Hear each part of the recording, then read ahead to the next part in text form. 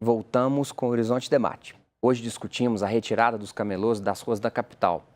A Prefeitura de Belo Horizonte ela foi convidada a participar desse debate e, em explicação à não vinda, eles colocaram uma nota oficial que é a seguinte: a Prefeitura de Belo Horizonte já deu início ao sorteio de vagas para realocar os camelôs cadastrados em shoppings populares. A Prefeitura de Belo Horizonte esclarece ainda que no final de junho, cerca de 1.500 camelôs, entre cadastrados e não cadastrados, foram atendidos por servidores da Prefeitura. Durante o atendimento, foram ofertados a eles oportunidades de qualificação profissional, de empreendedorismo e de inclusão no mercado formal de trabalho. Os objetivos dessa ação temporária são proporcionar condições de obtenção de renda aos camelôs no período que antecede a implementação das ações previstas no plano de ação do Hipercentro, que são qualificação profissional, inserção no mercado de trabalho, empreendedorismo em shoppings populares, boxes nos shoppings populares, caetés, boxes nos shoppings populares privados, feiras regionais e feiras livres. Marcos, você me pediu a palavra no final do primeiro bloco. Eu queria que você comentasse a nota que a Prefeitura coloca. Então, primeiro eu gostaria de salientar que a Prefeitura não fez propostas, ela fez imposições. Ou você aceita ou você será penalizado.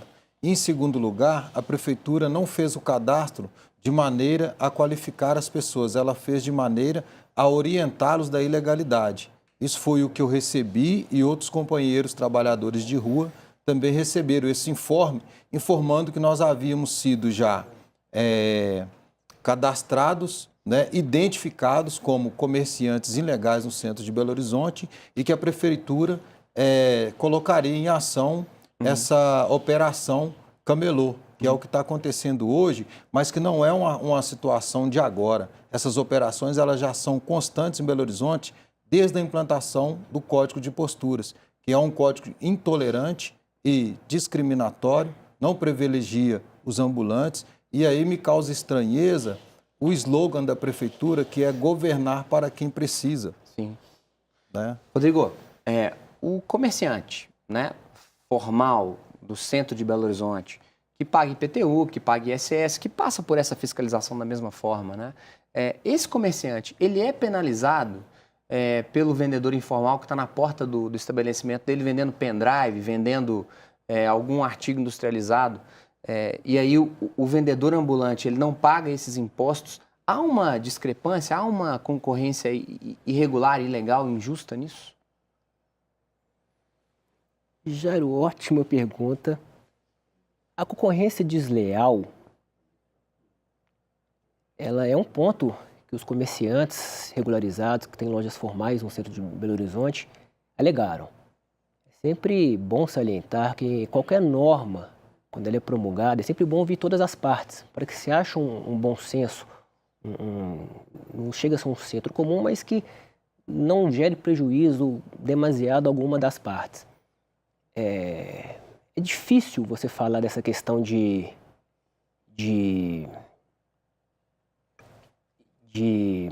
um exercício... não pagamento de impostos, porque existe todo tipo de comerciante ali, não apenas os regulares. Tem gente que paga impostos, que importa importações, apenas não tem locais físicos. Então tem que se ver primeiro a natureza do comerciante que está ali.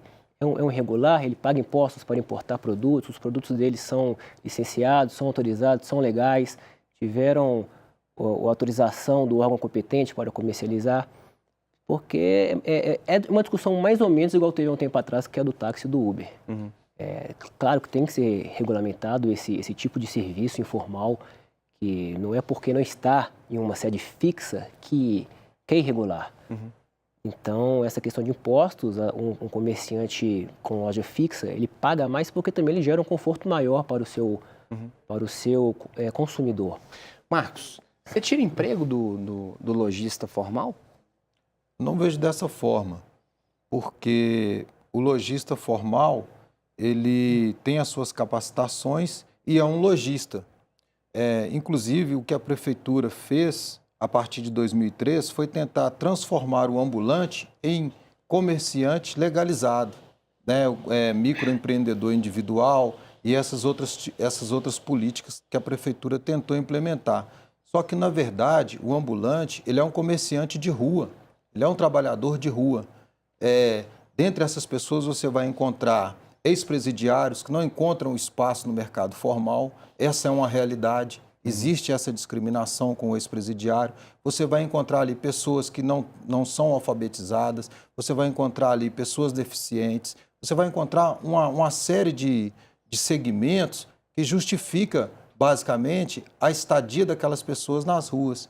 E também você vai encontrar ali pessoas muito bem qualificadas também, com a capacidade também, a mesma capacidade que o lojista tem de oferecer um bom serviço ao seu cliente, o ambulante também tem. Por isso o ambulante também tem público, por isso o ambulante também vende as suas mercadorias. Então essa política que a prefeitura coloca de levar o ambulante para um centro comercial, um shopping popular, ela não é legítima. Por quê? Primeiro que esses locais são locais fora da movimentação, fora do grande público que circula na cidade. Então não adianta dar aluguel subsidiado, não adianta dar isso, dar aquilo, e você não ter público para consumir o seu produto. Não é verdade? Isso vai fazer com que você acabe voltando para as ruas, que é de lá que a gente tira o nosso sustento.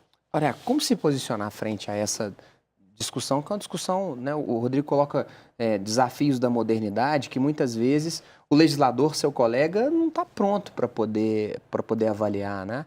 As mudanças que a economia traz, as dinâmicas que uma sociedade e uma cidade que vai se enchendo coloca, né? Como é que é se posicionar frente a isso? Nós precisamos analisar criticamente a legislação que existe hoje. Qual é a finalidade dessa legislação? Quais interesses são atendidos por ela? E se ela é realmente justa no sentido de contemplar o interesse público e garantir a inclusão de todas as pessoas. Dessa maneira, eu avalio que o Código de Posturas é uma legislação, como o China mesmo afirmou, intolerante e discriminatória. E um dado que o China traz do perfil das pessoas que trabalham na rua são, em sua maioria, pessoas negras. E eu percebo que a operação desencadeada pela prefeitura tem também um caráter racista, Sim. de seletividade, de perseguição desse público. São as mesmas pessoas que são mais punidas pelo sistema penal, são as mesmas pessoas que estão mais aprisionadas no sistema carcerário. Então, isso faz parte de uma dinâmica racista da sociedade brasileira que se reproduz há séculos. Por isso, a gente precisa evidenciar como que uma legislação pode ter uma consequência de reprodução de desigualdades. E o Código de Posturas hoje já se mostra obsoleto, inadequado, defasado. A gente precisa rediscutir essa legislação na Câmara. E a gente precisaria de um debate... E há abertura para isso? A maioria dos vereadores na Câmara hoje... Deixa eu fazer uma pergunta mais profunda, assim. Há capacidade do parlamento em Belo Horizonte para se discutir isso? A configuração atual da Câmara hoje é muito desfavorável para um debate democrático. Um debate em que os argumentos sejam colocados de uma maneira tranquila e honesta, em que o interesse público prevaleça e que o princípio da inclusão de todas as pessoas seja respeitado. A gente tem uma correlação de forças muito desigual na Câmara e quem está defendendo o trabalho ambulante como uma questão de dignidade e de justiça não tem peso numérico nas votações. Então, a gente precisa de uma sensibilidade da sociedade inteira, que as pessoas apoiem essa causa também, não em detrimento dos comerciantes que também estão trabalhando, estão, às vezes, com muito sacrifício, mantendo seus negócios, mas entendendo que tem espaço para todo mundo na cidade. A cidade não precisa ser para privilegiar alguns, a cidade pode ser de ganha-ganha, de convivência, né? E para isso algumas pessoas que têm muito vão ter que ceder um pouco para que aquelas que têm muito pouco tenham alguma condição. Esse é o princípio do equilíbrio, né? Da igualdade como uma condição da democracia. Talvez uma das lições de direito, Rodrigo, que mais o Rodrigo é a segunda vez participando conosco, uma das lições de direito mais importantes é que quando você tenta tratar desiguais de forma igual, você está promovendo ainda mais a desigualdade. Isso. Se você não tem a legislação que protege, de certa forma, o desigual, e aí você quer um Estado que é mínimo, um Estado que é pequeno, você promove ainda mais as desigualdades. Eu vou te convidar para participar para mais um bloco, antes de tomar a sua decisão. Voltamos daqui a pouquinho.